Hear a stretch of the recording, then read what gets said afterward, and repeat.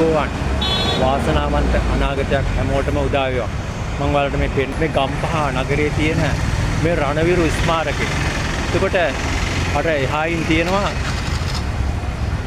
අපේ අනගාരിക ධර්මපාල සීමතානන්ගේ පිළිරුව. එතකොට මම මේ ඔයාලට කියන්නේ මේ වගේ ස්මාරක ඉතිරි කරන්නට අපි සූදානම් නැත.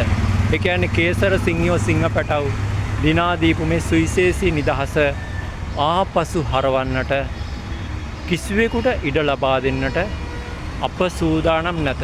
ඒ නිසා සියලු දෙනා වගකීමෙන් කටයුතු කරන්න.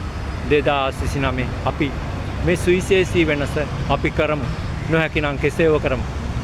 තථාගත අමාමෑණි බුදු පියාණන් වහන්සේ දේශනා කළ තියෙන මේ සත්‍ය හැමෝටම සත්‍යයි.